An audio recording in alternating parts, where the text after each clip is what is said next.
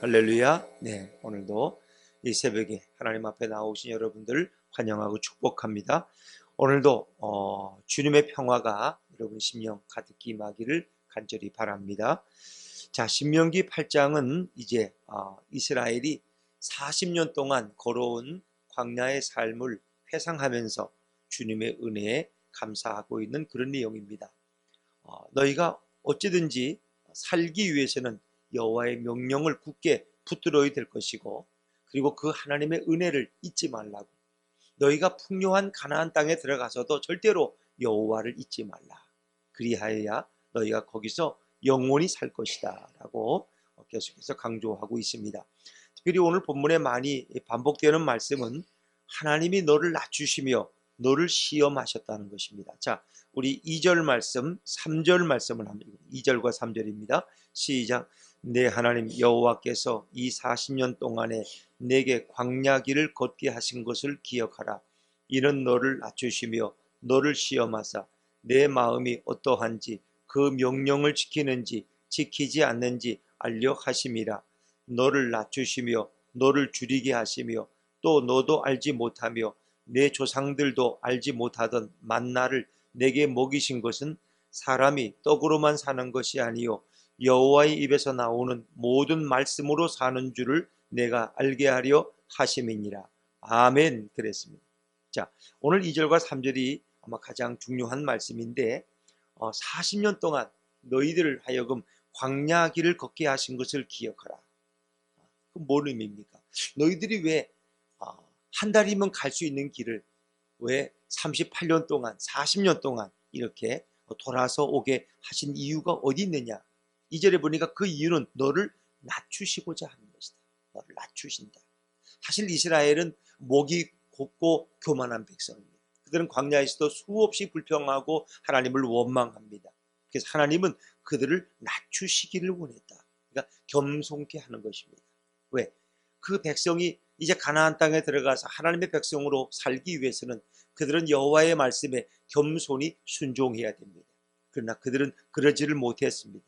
하나님은 40년 동안 그들에게 고난을 주셔서 이 고난의 광야 여정을 통해서 그들을 낮추시기를 원했습니다.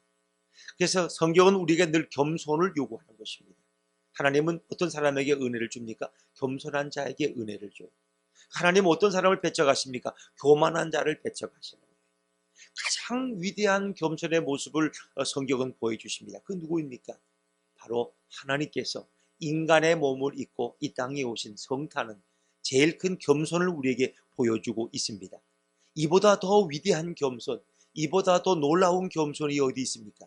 하나님이 인간의 몸을 입고 이 땅에 오신 것입니다.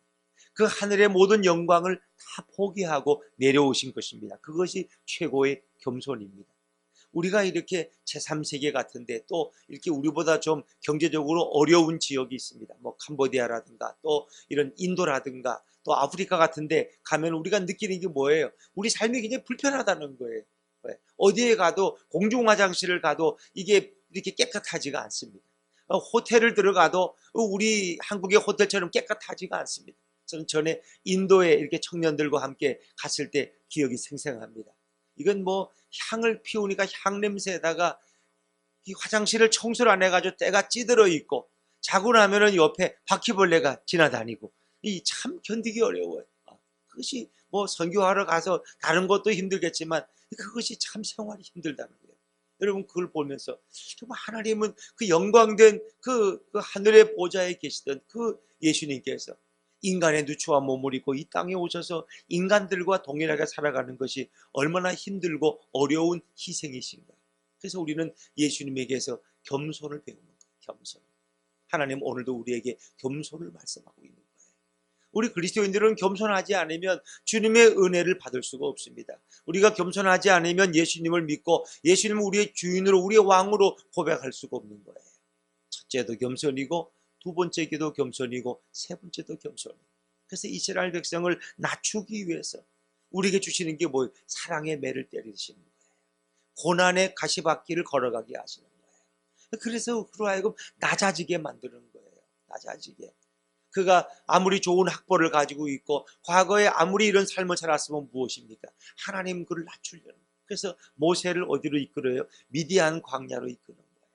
그는 비록 히브리인이지만 그는 애굽인과 같이 살았습니다. 그는 공주의 아들로서 궁정에서 애굽의 모든 문화를 배우고 모든 학식을 배우고 왕자의 대우를 받았던 그런 인물이었습니다. 그래서 그는 혈기가 왕성하고 꿈이 많고 그리고 마음에 아주 자존감이 강한 사람이었어요. 자기 히브리 동족이 고통당하는 걸 보고 달려가서 애굽의 감독관을 주먹으로 쳐서 죽이는 것입니다. 그것이 잘했다는 것이 아니라 그것이 오히려 혈기를 드러내는 것입니다. 그것은 히브리인들을 돕는 것이 아닙니다. 오히려 그래서 그는 거기서 쫓기게 되고 미디안 광야로 도망가서 40년 동안을 그 애굽의 고생을 해보지 않은 그 왕자가 양치는 목동이 되어서 가장 꾸준히 일을 하는 거예요. 뭐 말이 좋아서 그가 이드로의 사위가 되었지. 여러분 누가 그렇게 뭐 그 있잖아요. 왜 쌀 세대뿐만 있어도 그걸 안 한다고 말해요. 그렇게 어려운 거예요. 그게 처가살이 하는 게 그렇게 어려운 거예요. 거기서 그런 꾸준한 삶을 보내면서 자신을 더 낮추는 거예요. 그래서 40년 동안 그가 훈련받았을 때 하나님이 그를 불러내서 출애굽의 지도자로 삼으시는 거예요. 어찌 보면 모세에게는 80년의 훈련과 연단의 과정이 있었던 거예요. 이스라엘 백성도 마찬가지. 가나안 땅에 들어가기 위해서 그들은 하나님의 백성으로 훈련받기 위해서 40년의 고난의 세월을 보내야만 했다 한 겁니다. 하나님은 거기서 무단히 그들을 시험하셨다. 이것은 뭐 넘어뜨리기 위한 시험이 아니라 하나의 연단이라는 의미로 여러분 보시게 되면 됩니다. 그들을 낮추시고 그들을 연단하셔서 정말 하나님의 백성으로 쓰임받을 수 있도록 역사하셨다는 거예요. 더구나 그들이 하나님의 말씀이 없이는 살 수 없는 것을 깨닫게 하셨어요. 3절에 보니까 너를 낮추시며 너를 줄이게 하시며 또 너도 알지 못하며 내 조상들도 알지 못하던 만나를 내게 먹이신 것은 사람이 떡으로만 사는 것이 아니요 여호와의 입에서 나오는 모든 말씀으로 사는 줄을 내가 알게 하려 하심이니라. 아멘. 인간은 떡만 먹어 사는 게 아니에요. 하나님의 말씀으로 살아야 돼요. 근데 말씀이 육신이 되어 이 땅에 오신 분은 바로 누구십니까? 예수 그리스도인 줄로 믿습니다. 예수님이 바로 말씀이 육신이 되어서 우리 가운데 오신 분이에요. 그분은 자신을 뭐라고 가르쳤어요? 내가 생명의 떡이라 그러셨어요. 우리 조상들은 광야에서 만나를 먹었을 때 죽었거니와 너희는 이제 나를 먹으면 내가 주는 생명의 떡을 먹으면 너희는 영원히 죽지 않고 영원히 살 것이다. 할렐루야. 그렇습니다. 바로 이 말씀은 광야에서 그들에게 절대적으로 필요한 것은 하나님의 말씀이고 그 만나는 무엇입니까? 그 말씀은 바로 이 땅에 오신 예수 그리스도를 가리키는 거예요. 우리 인생에 가장 필요한 것이 무엇입니까? 나는 아파트도 있어야 되고 차도 있어야 되고 돈도 있어야 되고 자식도 있어야 되고 건강도 있어야 되고 뭐 해외여행 갈 수 있는 여유도 있어야 되고 여러분이 필요한 게 많아요. 그러나 모든 것이 다 없어도 여러분에겐 예수 그리스도만 있으면 여러분은 족한 줄로 믿습니다. 오직 주님만으로 족합니다. 어떤 선교사님이 선교를 떠나기 전에 그가 이렇게 교우들에게 간증하는 시간이 있는데 그래요. 내게 주님만 계시면 족합니다. 나는 예수님 한 분이면 만족합니다. 그 이상은 주님이 다 공급해 주실 거 알기 때문에 내가 예수님만 있으면 족하다는 거예요. 우리는 예수님만으로 만족 못 하잖아요. 그렇죠? 어떤 교회 부임할 목사님의 첫 일갈이 그렇더라고요. 나는 주님만으로 족합니다. 다른 거 따지지 않겠습니다. 정말 그러면 얼마나 좋아요. 그분이 평생 예수님 한 분만으로 만족하면 얼마나 좋아요. 그러나 내가 담임 목사인데 왜 이렇게 사례비가 적으냐, 왜 담임 목사인데 차가 이 꼴이냐, 왜 담임 목사는 나를 대우해 주지 않느냐, 우린 그런 불평을 얼마나 많이 가지고 있어요. 정말 내 인생에 주님만으로 족하다면 얼마나 행복한 인생이냐. 나는 예수님만 모시고 예수님만 소유하면 그 외의 모든 것들은 주님이 먹이시고 주님이 입히시고 주님이 축복할 줄로 믿습니다. 그런 신앙이 우리에게 필요해요. 그래서 오직 예수, 오직 주님, 오직 예수. 우리 인생에 가장 중요한 건 오직 예수님. 그분이 우리의 생명이요, 그분이 우리의 구원이요, 그분이 우리의 구원자요, 그분이 우리를 천국으로 인도하시는 분이요, 그분이 우리를 먹이시고 입히시는 분이라는 거예요. 너희는 먼저 하나님의 나라와 의를 구하라. 그리하면 이 모든 것을 너희에게 더하시리라. 그렇습니다. 오직 주님 한 분만으로 만족하는 거예요. 그래서 광야에서 그들은 이제 우리가 떡만 먹고 사는 것이 아니라 하나님의 말씀으로 사는구나. 이 하나님의 말씀은 바로 말씀이 육신이 되어 우리 가운데 오신 예수님을 가리키고 있는 거예요. 우리 세계에 나는 필요한 게 어머니 뭐 자식들이 그러잖아요. 어머니 뭐 80, 이제 80이 돼서 어머니 뭐 우리도 좀 먹고 살 만큼 하고 우리가 다 성공했으니까 어머니 필요한 거 있어 말씀하세요. 뭐든지 하나 어머니 요구하세요. 나는 오직 주님 한 분만으로 만족한다. 나는 너희들이 예수님을 너희 마음에 모시고 살아가면은 난 그것이 내 최고의 소원이다. 그렇지 않습니까? 오직 예수님 한 분이라고. 그분만으로 만족하는 인생. 그것이 성도의 삶이요. 그것이 감사인 줄로 믿습니다. 여러분, 그래서 정말 하나님께서는 이스라엘 백성에게 어떤 은혜를 주셨습니까? 자, 우리 4절 말씀 읽어볼까요? 4절입니다. 시작. 이 40년 동안에 내 의복이 헤어지지 아니하였고 내 발이 부르트지 아니하였느니라. 오직 하나님의 말씀만을 의지하고 그들이 하나님만을 의지하고 살아갔더니 40년 동안 의복이 헤어지지 아니했다. 발이 부르트지 아니했다. 참 놀라운 얘기입니다. 어떻게 이런 표현이 가능할까? 초대교회 교인들은 이것을 이렇게 표현했다 그럽니다. 의복이 헤어지지 않았다. 이게 출애굽할 때 한 번 옷을 입었는데 그 옷이 40년 동안 어떻게 됐을까요? 더러워지지도 않고 그냥 떨어지지도 않고 그냥 그대로 늘 새 거야. 그냥. 그럼 어린애들은 몸이 크는데 몸이 크면은 옷도 같이 커져가지고 그냥 그 한 벌로 그냥 늘 40년을 살았다는 뭐 이런 해석은 정말 대단한 해석입니다만은 우리는 그렇게까지는 보기 어렵지만은 하나님께서는 그들의 필요한 의복을 때때로 공급해 주셨다. 어디에서? 광야에서. 광야에서 어떻게 의복을 지었고 어떻게 의복을 살 수 있었고 어떻게 의복을 준비할 수 있을까? 그건 하나님의 신비예요. 그러면 하나님이 40년 동안 그들을 쌀 한 포기 없는 풀 한 포기 없는 그곳에서 어떻게 40년 동안 먹이시고 입히셨을까? 하나님의 기적이에요. 고기를 먹고 싶다 그러니까 동풍을 불게 하셔서 메추라기를 불어오게 하시고 먹을 양식이 없으니까 아침에 나가면 들에 이 만나가 내려가지고 그 하얀 눈송이 같은 걸 걷어다가 그것을 가지고 쪼먹기도 하고 익혀 먹기도 하고 비빔밥도 해 먹고 이 참 놀라운 거 아닙니까? 그런 하나님께서 왜 그들을 입히지 못했겠느냐? 그들의 발이 부르트지 않도록. 그 무슨 얘기예요? 그들의 신발을 공급해 주셨다는 거예요. 그건 우리가 신비해요. 그러니까 우리의 모든 필요한 것을 누가 공급하시고 누가 먹이시는 거예요? 예수님이 먹이시고 입히신다는 것입니다. 우리가 이 땅을 살아가는 삶도 누가? 오직 주님만 의지하는 그 사람에게는 우리 예수님이 공급하시고 예수님이 책임지신다는 거예요. 우리는 늘 그러세요. 야, 예수만 믿으면 되냐? 예수가 떡 먹여주냐? 예수가 뭐 돈 주냐? 늘 그런 얘기해.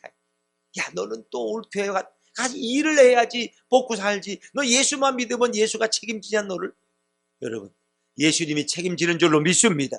예수님이 떡도 주시고 예수님이 돈도 주시고 예수님이 건강도 주시고 그게 신앙인 것입니다. 온전한 신앙. 우리 예수님은 우리의 모든 것을 다 공급하시는 분이시다. 그래서 우리는 늘 뭡니까? 따로 신앙, 따로 국밥이라는 거 있죠. 어떤 사람이 뭐 대구에 갔더니 거기 갔더니 따로 국밥이라. 따로 국밥이 뭐냐? 이상하다. 내가 국밥은 알지만 따로 국밥이 뭐냐? 저도 운동회 때 시골에서 보면 이렇게 꼭 운동회 날 가면은 이렇게 어머니가 국밥을 사주시는데 이 소머리 국밥 같은 거죠. 뭐 그죠? 국에다가 밥을 말아주는 거. 그 소머리 국밥이 얼마나 맛있는지 그게 그냥 그 구수한 소고기 국물에 그냥 얼마나 좋은 거. 근데 대구에 가서 따로 국밥을 뭔가 해서 시켜봤더니 국 따로 주고 밥 따로 주는 게 따로 국밥이었다는 거예요. 우리는 따로 신앙. 교회 와서 믿는 신앙 따로 있고 세상에 나가서 생활하는 신앙 따로 있어. 교회 오면은 주여 하면 밖에만 나가면 야 예수님이 뭐 먹여주냐? 일해야지. 일해. 빨리 장사해라. 장사해. 돈 벌어야지. 물론 예수 믿는 사람도 장사도 하고 일도 하고 직장도 나가서 해야죠. 그러나 우리의 모든 의식주는 주님이 공급하시고 주님이 주셨다는 그 고백이 여러분의 고백이기를 주의 이름으로 축원합니다. 1년은 어떻게 살았습니까? 주님이 먹이셨습니다. 1년은 어떻게 주님이 책임지셨습니다. 내가 이래서 먹고 살았지. 내가 죽도록 일했는데 내가 그냥 이렇게 몸이 다 이 병들도록 말이야. 골병을 앓도록. 이건 잘못된 거예요. 물론 우리가 직장에 가서 열심히 일하고 땀 흘리고 애쓸 수 있어요. 그러나 이 모든 한 해를 돌아볼 때 우리의 삶은 누가 먹이시고 누가 주님이 먹이셨다. 그래서 한 해를 돌아보면서 우리는 감사해야 되는 거예요. 이스라엘 백성들도 40년 지나온 삶을 돌아보면서 그들은 하나님의 은혜에 감사하는 거예요. 왜? 주님이 그들에게 만나를 먹이시고 말씀을 주셔서 늘 하나님을 바라보게 하셨고 이제 40년 동안 그들의 의복이 헤어지지 아니하고 발이 부르트지 않게 하셨다. 그리고 그 하나님은 어디로 그를 인도하셨어요? 그들을 풍성한 정말 적과 꿀이 흐르는 땅으로 인도하셨다는 것입니다. 자, 우리 오늘 7절, 8절, 9절 말씀 7절, 8절, 9절 말씀 같이 읽죠. 시작. 내 하나님 여호와께서 너를 아름다운 땅에 이르게 하시나니 그곳은 골짜기든지 산지든지 시내와 분청과 샘이 흐르고 밀과 보리의 소산지요 포도와 무화과와 석류와 감람나무와 꿀의 소산지라. 내가 먹을 것에 모자람이 없고 그 땅의 돌은 철이요 산에서는 동을 캘 것이라. 10절입니다. 내가 먹어서 배부르고 내 하나님 여호와께서 옥토를 내게 주셨으므로 말미암아 그를 찬송하리라. 찬송하리라. 이제 그들이 광야 생활을 이렇게 40년 살아온 걸 돌아보면서 가나안 땅을 또 들어갈 것을 기대하는 것입니다. 하나님은 너희에게 아름다운 땅에 도착하게 할 것이다. 그들은 골짜기든지 산이든지 시내와 분청과 샘이 흐르고 생수가 넘쳐 흐르는 그런, 물이 풍성하게 넘쳐 흐르는 그런 농사짓기 좋은 땅이고 충분히 살 수 있는 땅이. 9절에 보니까 먹을 것에 모자람이 없고 아무 부족함이 없는 땅. 농사를 지면 농사가 잘 되고 그 땅에서는 이 은과 금과 철이 흔해요. 그래서 그 땅에 돌처럼 밟고 다니는 것은 다 철이야. 철. 이제는 철이 얼마나 귀해서 산에서는 동이 넘쳐나서 동을 캘 수 있는, 먹어서 배부르고 내 하나님 여호와께서 내게 옥토를 주었으므로 오직 그를 찬송하리라. 우리는 한 해를 돌아오면서도 내 일생을 돌아볼 때 주님의 은혜였음을 감사하고 찬송할 수 있기를 주 이름으로 축원합니다. 우리가 예수님만 따라가는 삶은 돌아보면, 물론 우리가 주님과 함께 동행하는 삶에도 고난이 있고 연단이 있고 시험이 있어요. 우리를 겸손하게 하시려고, 우리가 하나님만 의지하게 하시려고 때로는 우리에게 시험과 연단도 있어요. 그러나 궁극적으로는 우리를 어떻게 해요? 이제 아름다운 하나님의 천국으로, 하나님의 땅으로 우리를 인도하시는 것이 바로 주님의 섭니다. 그래서 우리는 늘 찬송하고 감사하는 인생이 돼야 할 것입니다. 이 땅을 살아가면 중요한 게 있어요. 우리가 절대로 잊어버려서는 안 되는 게 있어요. 뭘 잊어버리면 안 돼요? 이스라엘 백성에게는 여호와를 잊지 말라는 것입니다. 여호와를 잊지 말라. 우리는 예수님의 은혜를 잊으면 안 돼요. 예수님의 은혜를 잊으면 안 돼요. 왜 우리가 성탄절을 매년 보냅니까? 하나님이 우리를 죄악과 사망의 자리에서 건져내려고 신이 인간의 몸을 입고 오신 이 성탄을 지낼 때마다 주님의 은혜가 얼마나 큰 것인가. 여러분, 누가 나를 위해서 저 멀리서 찾아올 사람이 어디 있습니까? 내가 예를 들면 사형수입니다. 내가 사람을 죽였어요. 내가 도둑질도 했어요. 그래서 내가 30년 형을 받고 내가 감옥에 있습니다. 여러분, 누가 날 찾아오겠습니까? 나같이 사악한 살인자를. 가족들은 이제 얼굴도 보기 싫어합니다. 너가 우리 집안에 있다는 게 창피야. 넌 이제 가문에서 이름을 뺄 테니까 그렇게 알아라. 누가 우리를 찾아올 겁니까? 누가 우리를 찾아올? 그러나 하나님께서는 그 멀리서 우리들은 나를 면회하고 나를 구원하기 위해서 그 멀리서 길을 못하지 않고 나를 찾아오신, 죄인을 찾아오신 그 예수님이 얼마나 고마우신 분인가. 가족도 나를 찾아오지 않는데, 친구들도 나를 다 버렸는데 예수님이 나를 찾아오셔서 나를 사랑하시고 나와 함께 살아가시고, 그리고 나를 그 죄악의 자리에서 구원하신 분이 바로 우리 예수님이라면, 그래서 사형수 왕 같은 우리를 이제 죄를 용서하시고 우리를 영원한 천국의 생명의 길로 인도하신 분이 예수님이라면 이 성탄절이 얼마나 고마운 절기인가. 성탄절날 우리 예수분 교회 교인들도 있지만 우리 예수분 교회 교인이 아닌 분들 성기름 교회 가실 거예요, 안 갈 거예요? 가요, 안 가요? 당연히 가셔야죠. 근데 제가 늘 얘기하지만 성탄절이 되면은 왜 교인들이 교회를 안 옵니까? 보통 교회들 1부부터 5부까지 예배 드리는 교회가 성탄절이 되면 1부부터 5부까지 드립니까? 안 그래요. 한 번 드리는 거 2번밖에 안 드려요. 왜? 교인들이 교회를 안 와. 성탄절날. 그날은 공휴일이야. 명절이야. 노는 날이야. 가족들끼리 만나 식사하는 날이야. 여행 가는 날이에요. 왜 성탄절이 그렇게 귀한 날인데? 왜 성탄의 의미를 모릅니까? 주일날은 안식일을 기억하여 거룩히 지키나 주일날 안 지키면 큰일 나지, 벌 받지. 그러면서 왜 성탄절은 교회를 안 와? 왜 예배를 안 드려요? 이게 잘못된 신앙이에요. 잘못된 신앙이 우리 교회. 율법적인 신앙이에요. 안식일을 기억하여. 그게 안식일날은 빠지면 벌 받는데 큰일 난데 안식일은 지켜야 돼. 네? 근데 성탄절은 정말 중요한 우리의 구원자가 오신 성탄절을 교회를 안 와. 다 놀러가. 온천장에 가고 일본에 여행 가고 지방에 가고 바쁜 일 해결하러 가고 예배를 안 드려. 근데 새벽에도 나오는 분들이야 당연히 성탄절날 교회 가서 예배 드리시죠. 여러분, 성기름 교회. 근데 한국 교회 절반은 성탄절날 교회를 안 옵니다. 다 놀러 가. 아이고 지난주에 갔다 왔는데 3일 만에 뭘 또 교회를 또 가. 다음 주일날 가면 되지. 뭐가 잘못된 신앙 같지 않습니까? 우린 율법의 신앙, 율법의 신앙. 율법주의자가 되어버렸어요. 안식일날 큰일 나지, 빨리 가야지. 안식일을 비록 못 지키더라도 예수님을 알아야죠. 이 땅에 오신 예수님이 얼마나 귀한고 존귀한가를 알아야지. 주의를 지키면 천국 갑니까? 누가 그런 말 어디 있어요? 안식일 지키면 다 천국 갑니까? 그런 말 없어요. 안식일을 못 지키는 한이 있더라도 예수님을 알아야지. 예수님을 믿고 순종해야지 우린 천국 갈 수 있는 줄로 믿습니다. 예수님이 없이는 안식일을 백날을 지켜도 예수가 없는 안식일이 무슨 의미가 있어요? 그럼 뭐 안식일 다 지키면 유대인들은 우리보다 더 잘 지키는데 그분들은 안식일날 음식도 안 해먹고 몇 킬로 이상 가지도 않고 물도 안 뜨고 일도 안 하는데 그분은 얼마나 안식일 철저히.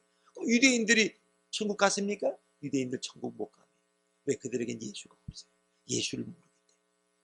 안식일이 중요한 것이 아니라 예수님이 중요해요. 예수님을 바로 알면은 우리가 성탄절이 얼마나 기쁘고 의미 있고 감사한 날인지, 우리가 주님이 부활하신 주일이 얼마나 고맙고 감격스러운 날인지 누가 오라 그러지 않아도 우리는 알아서 찾아가게 돼 있는 거예요. 그 예수님을 알면 그렇게 안 할 수가 없어요. 헌금하라고 안 해도 11조 하라고 안 해도 예수님의 은혜를 아는 사람은 그거 안 할 수가 없는 거예요. 왜? 내 생명을 구원하신 그분 앞에 내 물질이 뭐야 아까워. 그 말이 안 되죠. 죽고 나면 뭐 돈이 있으면 뭐해요. 그거 다 남 주는 거지. 그렇습니다 여러분.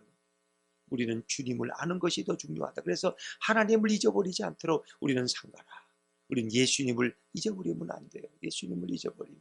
자, 우리 성경 한번 쭉 읽죠. 우리 11절 말씀 11절입니다. 같이 읽습니다. 11절 시작. 내가 오늘 내게 명하는 여호와의 명령과 법도와 규례를 지키지 아니하고 내 하나님 여호와를 잊어버리지 않도록 상갈지어다.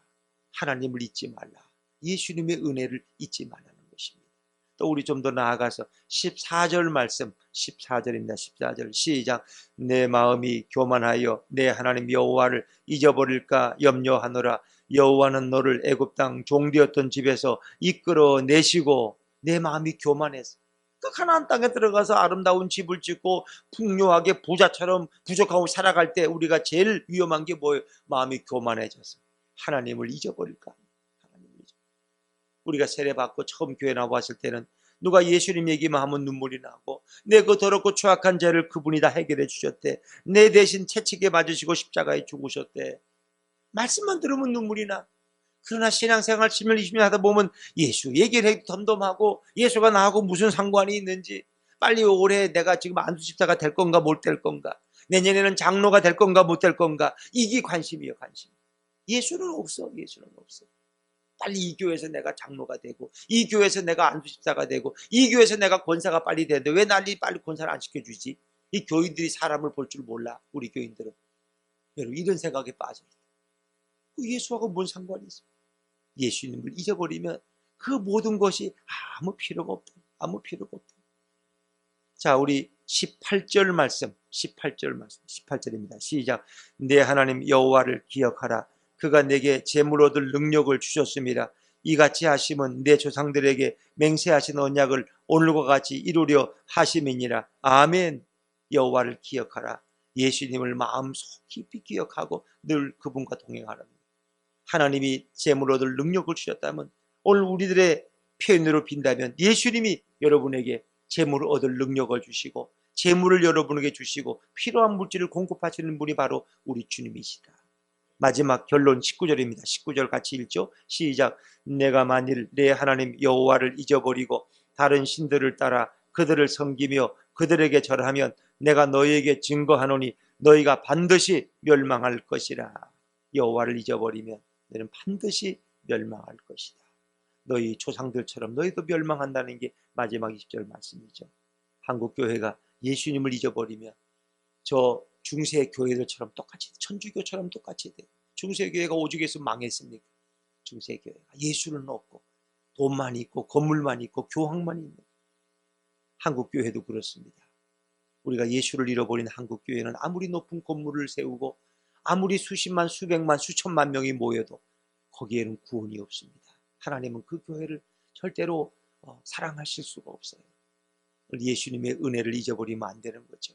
오늘도 우리 마음속에 예수님으로 충만해서 오늘 주님의 뜻을 행하고 주님의 복음을 증거하는 우리 성도들 되어서 정말 이 성탄절이 우리에게 주신 얼마나 놀라운 이 절기인가를 생각하면서 이 땅에 오신 예수님을 여러분의 심령의 주인으로, 여러분의 인생의 왕으로 모셔드리고 그분과 동행하는 축복의 백성들 다 되시기를 주의 이름으로 축원합니다. 기도하겠습니다.